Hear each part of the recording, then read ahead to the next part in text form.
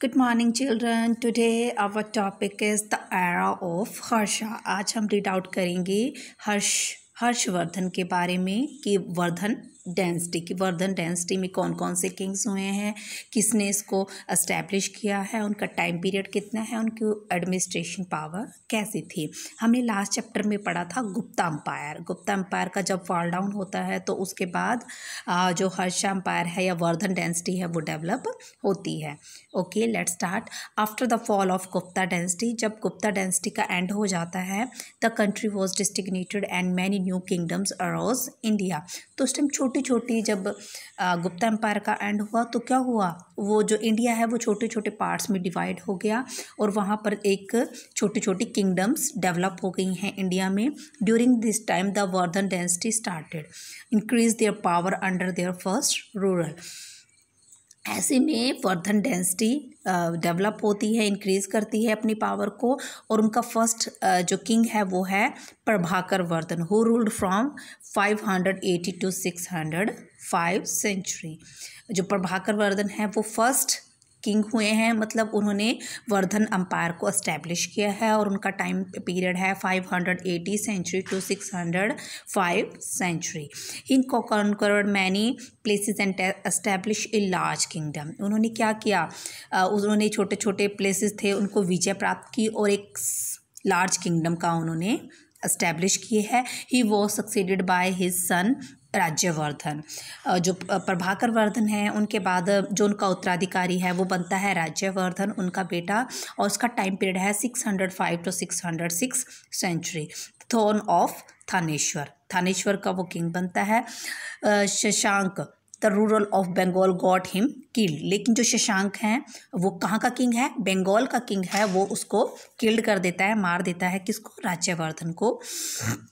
Now Rajyavardhan की जब death हो जाती है, नाउ हर्षवर्धन, उसके बाद उनका बेटा किंग बनता है हर्षवर्धन, और ये हर्षवर्धन मोस्ट इम्पॉर्टेंट किंग है वर्धन एम्पायर का।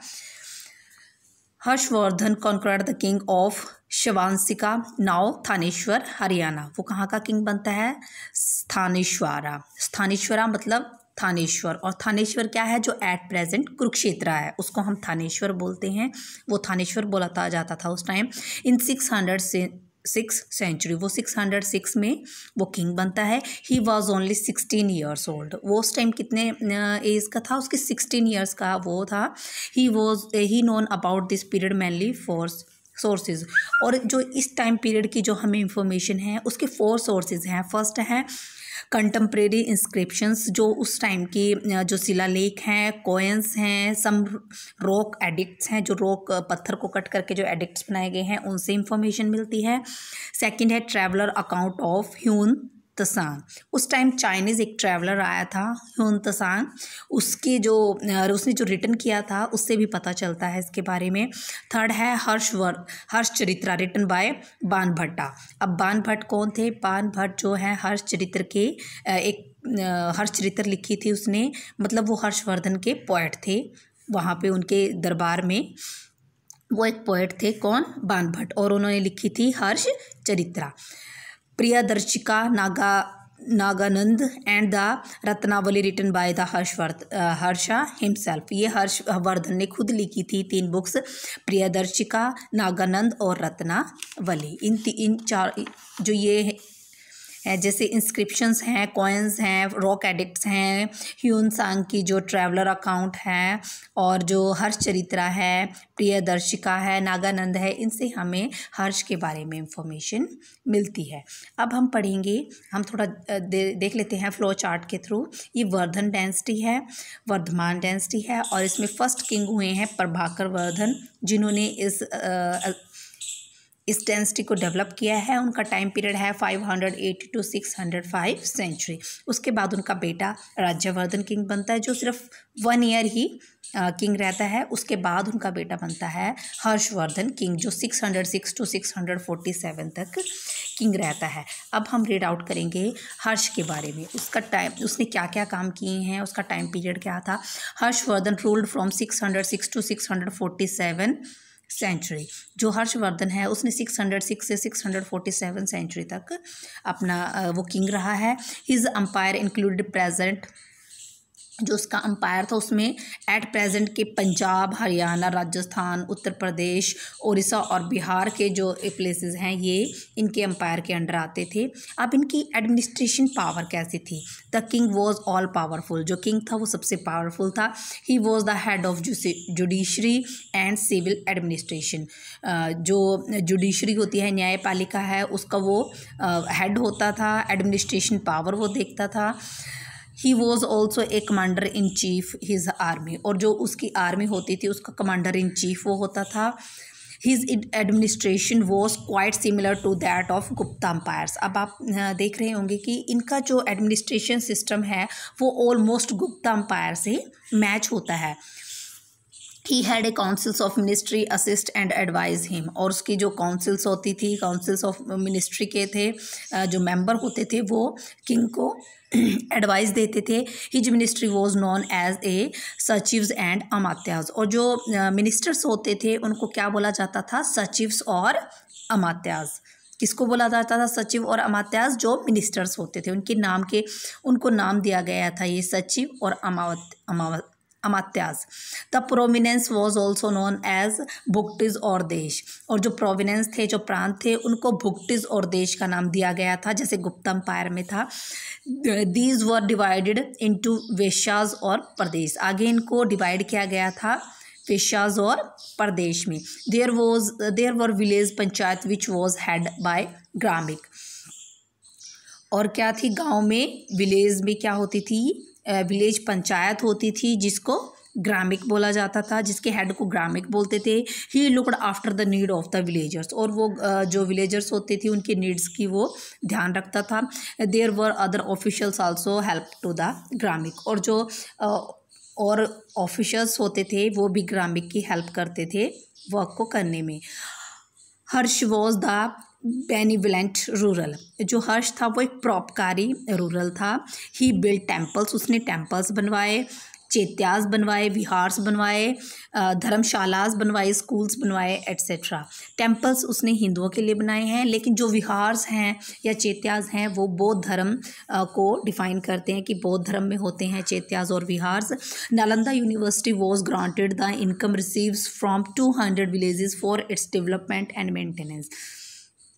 जो नालंदा यूनिवर्सिटी थी उसको ग्रांट दी गई थी 200 विलेजेस की, मतलब 200 गांव जो विलेजेस हैं वो नालंदा यूनिवर्सिटी को दिए गए थे कि उनसे जो भी वो चार्ज करेंगे वो उसके जो नालंदा यूनिवर्सिटी है उसकी डेवलपमेंट और मेंटेनेंस का सारा खर्चा उन विलेजेस से लिया जाएगा।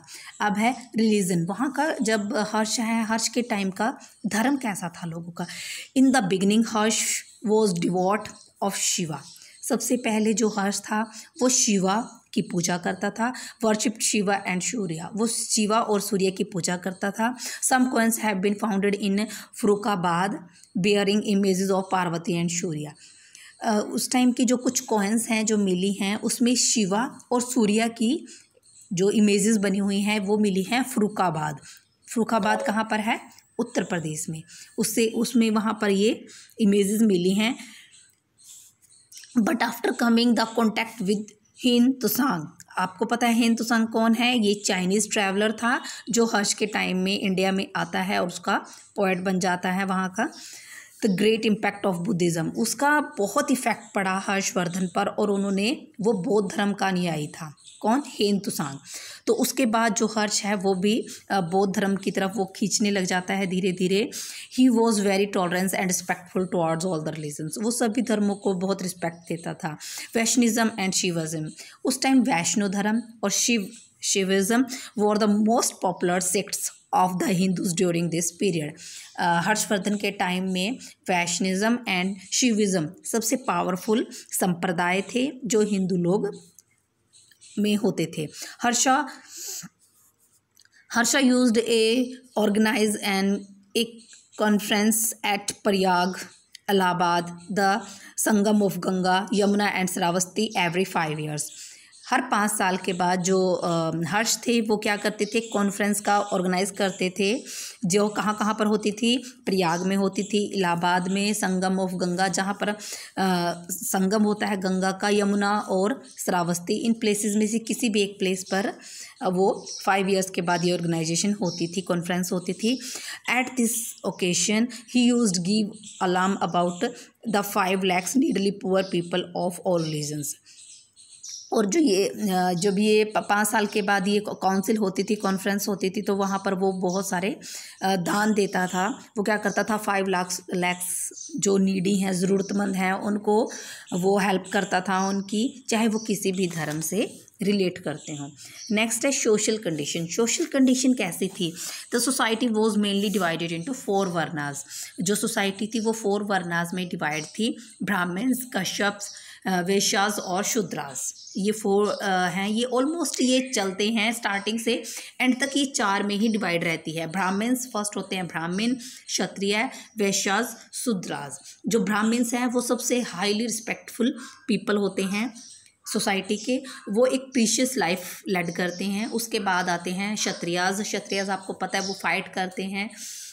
जो वैश्यास हैं वो क्रॉप्स उगाते हैं, और जो शूद्रास हैं वो क्या करते हैं, वो जो ये तीनों वर्नास हैं इनकी क्या करते हैं, सेवा करते हैं। तो Shudras did not have a good position in the society. और जो शूद्र थे उनकी इतनी अच्छी पोजीशन नहीं होती है सोसाइटी में। They had to live outside the towns, और वो विलेज से बाहर कहीं पर अलग प्लेस पे वो रहते थे। अब है इकोनॉमिक कंडीशन कैसी थी हर्ष के टाइम में? The economic was well developed. जो इकोनॉमिक पोजीशन थी वो बहुत अच्छी थी। People were precious and happy. लोग खुशी थे और हैप्पी थे। Trade was flourishing. उस टाइम जो व्यापार था वो फ्लोरिश पर था, अपने टॉप पर था। Tamrapali was a famous port for foreigner trades. जो विदेशी आते थे ट्रेड्स के लिए, उनके लिए ताम्रलिप्ति फेमस पोर्ट था, बंदरगाह थी उनके लिए। Agriculture was the main occupation of the people.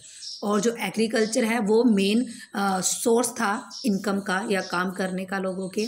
They had to pay 1/6 of the products produce as tax. और जो लोग थे वो जितनी भी उनकी फसल होती थी उसका 1/6 पार्ट वो किंग को देते थे एज ए टैक्स। नेक्स्ट है नालंदा यूनिवर्सिटी के बारे में हम पढ़ेंगे। Nalanda university was international centre of education. जो नालंदा यूनिवर्सिटी थी उस टाइम की वो इंटरनेशनल सेंटर थी एजुकेशन का। It was situated near Patna. और जो नालंदा यूनिवर्सिटी है वो बिहार में है, पटना के पास। It had a very large library. यहाँ पर बहुत बड़ी लाइब्रेरी है। ये आप पिक्चर देख रहे हैं, ये नालंदा यूनिवर्सिटी की है। Students for all over the world came to study at Nalanda. और जो ऑल ओवर वर्ल्ड से स्टूडेंट्स नालंदा यूनिवर्सिटी में पढ़ने के लिए आते थे। After the death of Harsha, जब हर्षा की डेथ होती है 647 सेंचुरी में, the Vardhaman empire lost its glory. जो वर्धमान एम्पायर है वो अपनी ग्लोरी, जो मतलब अपनी इमेज थी, उसको खो देता है। There was a quick immigrants of many small independent kingdoms. और उस टाइम क्या होता है, छोटे छोटे फिर दोबारा से किंग्स डेवलप हो जाते हैं। इन द साउथ, जो साउथ इंडिया का साउथ पार्ट है, वहाँ पर चालुक्याज, पल्लाज बिकम मोर पॉपुलर। वहाँ पर चालुक्याज और पल्लाज ज़्यादा पावरफुल हो जाते हैं। I hope you like and clear the concept. Okay, thank you.